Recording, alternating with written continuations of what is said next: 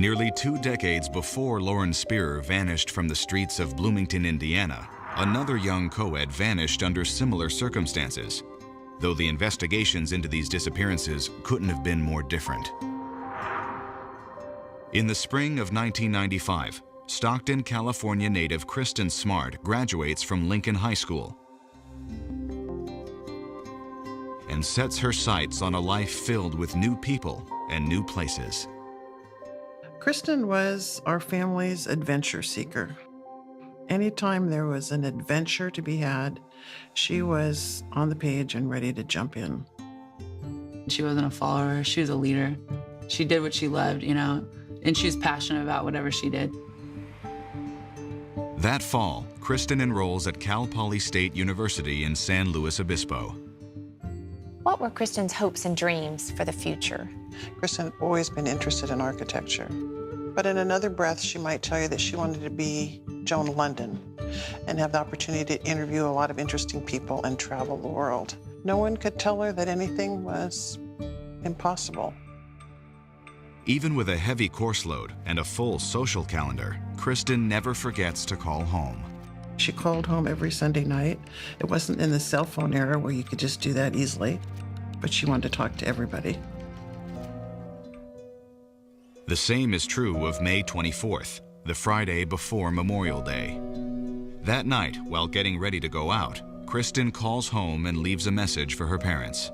It was before she went out to the party. And the message was, good news, I'll call you Sunday. Kristin offers no further details about her good news, which makes her parents even more excited to talk to her.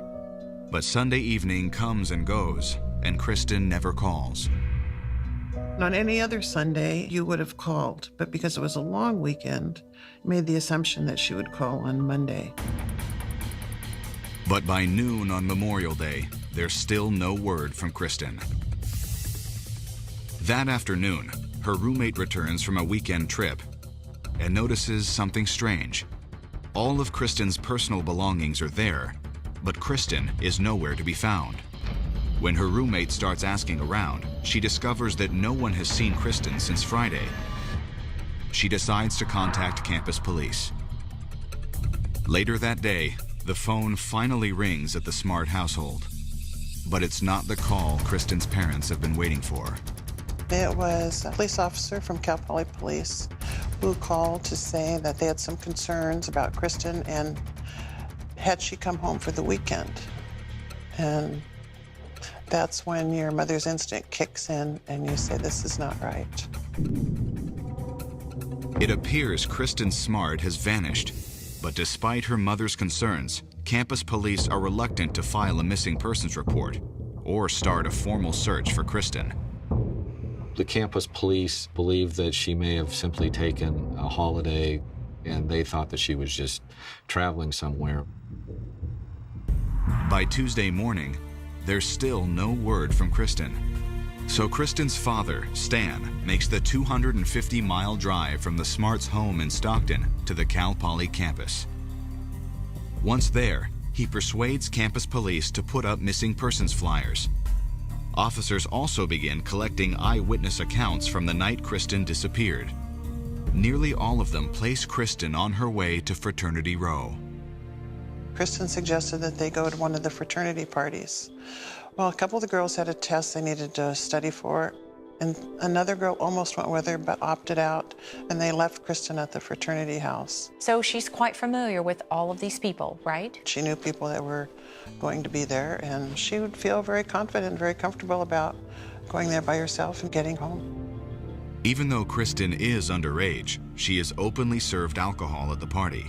I don't know many college students that don't have a drink their freshman year in college, and especially at a frat party. You know, most people probably are drinking. Was she a heavy drinker? No. But according to eyewitness accounts, by 1 a.m., Kristin is so intoxicated that 3 of her fellow students had to help her get back to her dorm. Kristin was found in this grass area. Apparently, from this point is where they helped her up and started to walk her back to her dorm. Campus police bring all 3 students in for questioning. they all tell the same story.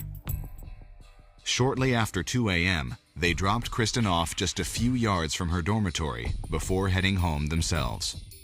And that's the last that anyone's ever seen Kristin, is walking towards their dorm. But it appears Kristin never made it back to her room. Why? With no evidence of foul play on the part of the 3 students who walked Kristin home, police posed the theory that an intoxicated Kristin may have simply wandered off. But there are no eyewitness reports to confirm that theory. Days pass without a single clue to Kristin's whereabouts. 1 day goes by, 2 days go by. Before you know it, you have a map up on the wall in the kitchen to where you're marking locations of her last being sighted. Not that the Smarts are giving up on their crusade to find Kristin. Your heart is broken, but you can't let your will break because you have to be on your toes and you have to look for resources that can help you find your daughter.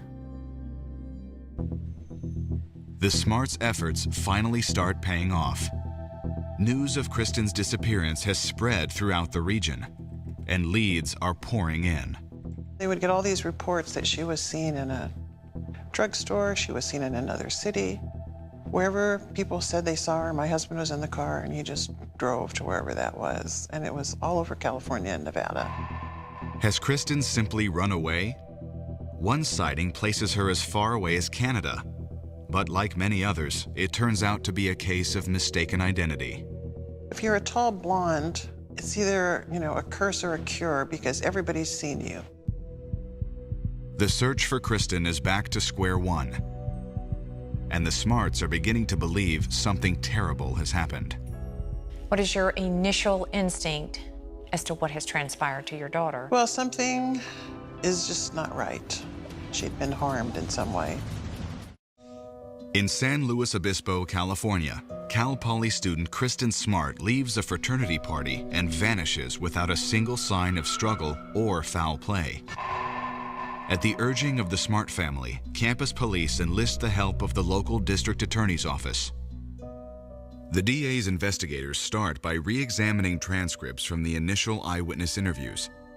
They quickly discover that one of the 3 fellow partygoers who escorted Kristin home, a 19-year-old food science major named Paul Flores, actually lingered with Kristin a little longer than her friends.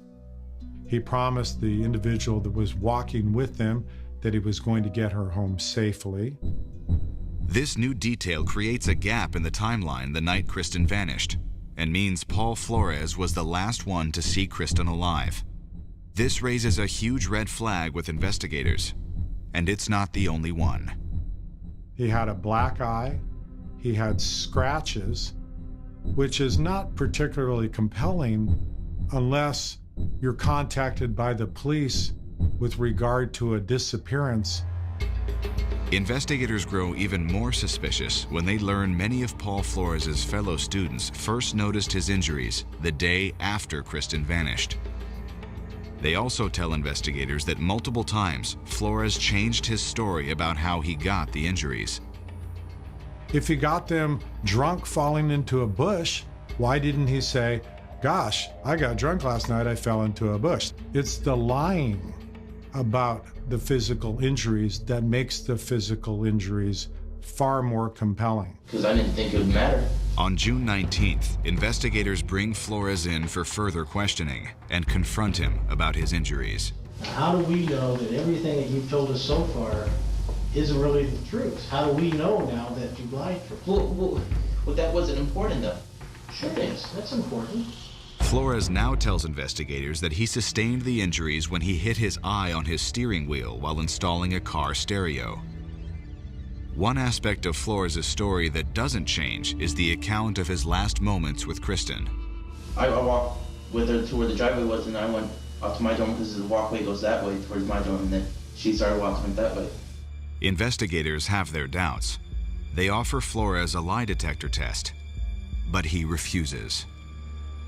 Still, it's not enough for investigators to charge Flores with any crime.